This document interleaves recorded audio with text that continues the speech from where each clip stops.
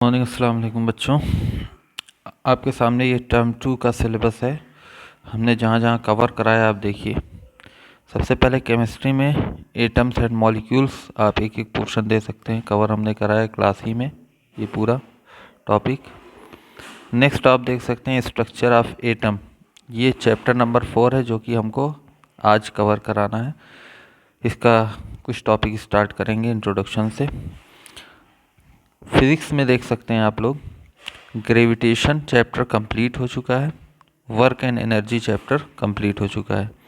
अब आपको करना ये है कि ग्रेविटेशन में भी जितनी प्रैक्टिस एक्सरसाइज है आपके ख़ास तौर पे एमबीडी बुक से, उसकी प्रैक्टिस एक्सरसाइज आपको नोटबुक में कंप्लीट रखनी है, वही आपका नोट्स होगा।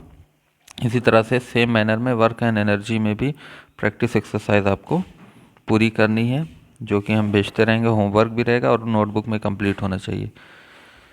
कॉपी आपको स्कूल में भिजवा करके चेक भी करानी पड़ेगी जब हम मांगेंगे।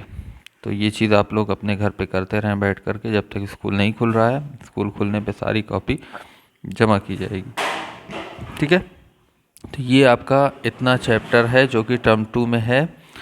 और इसके अलावा आपका इसमें फिज़िक्स में साउंड वाला चैप्टर जो है वो इस साल रिड्यूस है। आप सिलेबस में देख सकते हैं इस साल वो नहीं दिया गया आपके नीचे तक। आप देखिए, फिर यहाँ से सिलेबस ख़त्म हो जाता है। बाकी बायोलॉजी का चैप्टर है, तो वो साउंड वाला चैप्टर कुछ पोर्शन जो होगा, अगर टाइम बचेगा तो हम आपको बता देंगे उसको भी, ताकि बाद में अगर आप पढ़ें उस चीज़ को 11th क्लास में, 12th क्लास में, इंटरमीडिएट में जाके, तो आपको आसानी हो। तो ये रहा आपका सिलेबस। अब हम चलते हैं स्ट्रक्चर ऑफ एटम की तरफ। बच्चों, आपके सामने structure of atom chapter number 4 है। सबसे पहले इंट्रोडक्शन स्ट्रक्चर ऑफ एटम। आप देखिए, केमिस्ट्री का कुछ आपका टॉपिक इस तरह से है। सबसे पहले आपने पढ़ा मैटर के बारे में, मैटर की ऊपरी स्ट्रक्चर यानी मैटर होता कैसे उसके बारे में पढ़ा। नेक्स्ट आप आए मैटर प्योर होता है कि इम्प्योर होता है, उसके बारे में आपने जाना। उसके बाद आप आए मैटर के अंदर क्या, atoms and molecules. Atoms and molecule chapter number 3 पे आप आए कि एटम्स और मॉलिक्यूल की क्या क्या प्रॉपर्टीज़ होती है और वो कैसे कंबाइन होते हैं, कैसे केमिकल फार्मूला बनाया जाता है। ये सारी चीज़ें जो है आपने प्रीवियस क्लास में पढ़ चुके हैं, ठीक है। अब आपको पढ़ना है स्ट्रक्चर ऑफ एटम, मतलब जो एटम के अंदर कौन कौन सी बनावट होती है, क्या क्या चीज़ें पाई जाती हैं। तो जहाँ पे डाल्टन की थ्योरी फेल कर गई थी, तो मॉडर्न एटॉमिक थ्योरी ने जिसको एक्सप्लेन किया था वो स्ट्रक्चर ऑफ एटम, ठीक है। तो उसमें आपको एटम की स्ट्रक्चर के बारे में पढ़ना है कि इसके अंदर क्या क्या चीज़ें, कौन कौन सी प्रॉपर्टी, कौन कौन से पार्टिकल और पाए जाते हैं जिसको डाल्टन ने नहीं बताया था।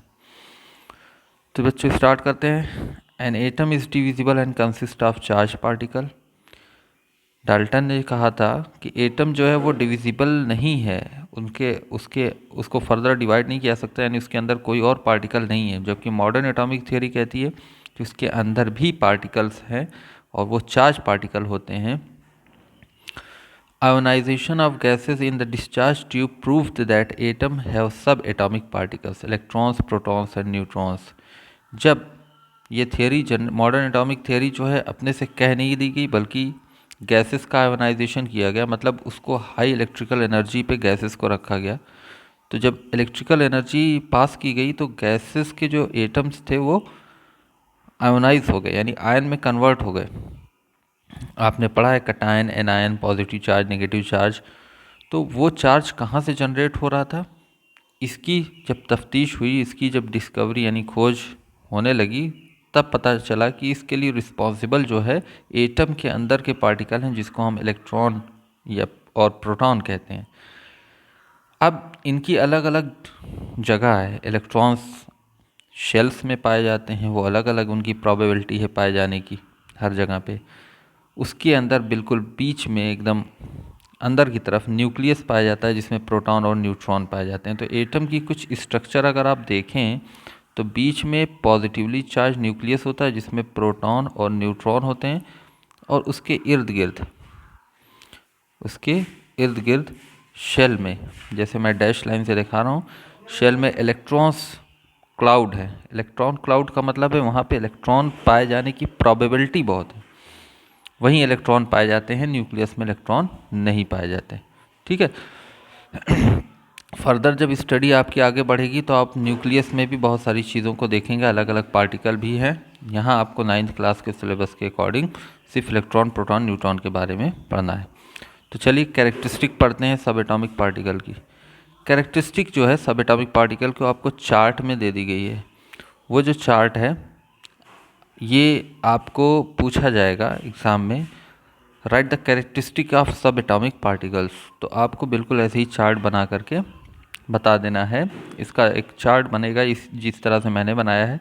कैरेक्टरिस्टिक्स में ये चीज़ें हैं: symbol, relative charge, nature, discovered by and mass. ये 4-5 कैरेक्टरिस्टिक यानी इसकी खासियत है कि कैसे कैसे इनके अंदर कौन कौन सी खासियत पाई जाती है। इलेक्ट्रॉन, यहाँ इलेक्ट्रॉन लिखा है, यहाँ प्रोटॉन, यहाँ न्यूट्रॉन। तो अगर इलेक्ट्रॉन की बात करें तो इलेक्ट्रॉन पे सिंबल होता है E, प्रोटॉन पर P, न्यूट्रॉन का N, small n। Relative charge, electron negatively charge होता है -1, प्रोटॉन पे पॉजिटिव चार्ज +1 और न्यूट्रॉन पे कोई चार्ज नहीं होता इसलिए वो न्यूट्रल होता है। नेचर आप देख रहे हैं, negatively charge, positively charge and neutral.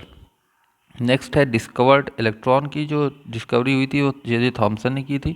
Proton की डिस्कवरी E गोल्डस्टीन ने की थी और न्यूट्रॉन की जेम्स चैडविक ने की थी। ठीक है।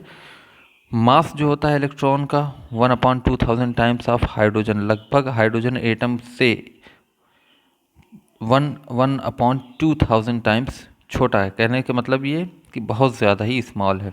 हाइड्रोजन एटम तो खुद ही इतना स्मॉल है, इससे भी छोटा ये है। प्रोटॉन जो होता है 1 यूनिट होगा और न्यूट्रॉन का मास जो होगा nearly equal to that of proton, और प्रोटॉन के बराबर, मतलब लगभग प्रोटॉन का मास और न्यूट्रॉन का मास जो होगा वो हाइड्रोजन एटम के मास के बराबर होगा, लगभग बराबर। 1 यूनिट का मतलब हाइड्रोजन एटम का मास, तो लगभग उसके बराबर होगा। अब नोट पॉइंट में एक चीज़ लिखी हुई है आपके सामने, ये चीज़ देखिए आप, ये इंपॉर्टेंट है, इसको अभी आपको लिखना पड़ेगा। Charge of electron is 1.6 into 10⁻19 coulomb of negative charge and charge of proton is 1.6 into 10⁻19 coulomb of positive charge. तो दोनों पे सेम मैग्नीट्यूड के चार्ज होते हैं, प्रोटॉन और न्यूट्रॉन पे सेम मैग्नीट्यूड के चार्ज सॉरी न्यूट्रॉन पे नहीं, इलेक्ट्रॉन पे। प्रोटॉन और इलेक्ट्रॉन दोनों पे सेम मैग्नीट्यूड के चार्ज होते हैं, that is 1.6 into 10⁻19 coulomb. Electron negatively charge होता है जबकि प्रोटॉन पॉजिटिवली चार्ज होता है। ठीक है। That is the introduction of the sub atomic particles. अब हम इसके बारे में आगे पढ़ेंगे कि इलेक्ट्रॉन्स कैसे खोजे गए, प्रोटॉन कैसे, देन न्यूट्रॉन।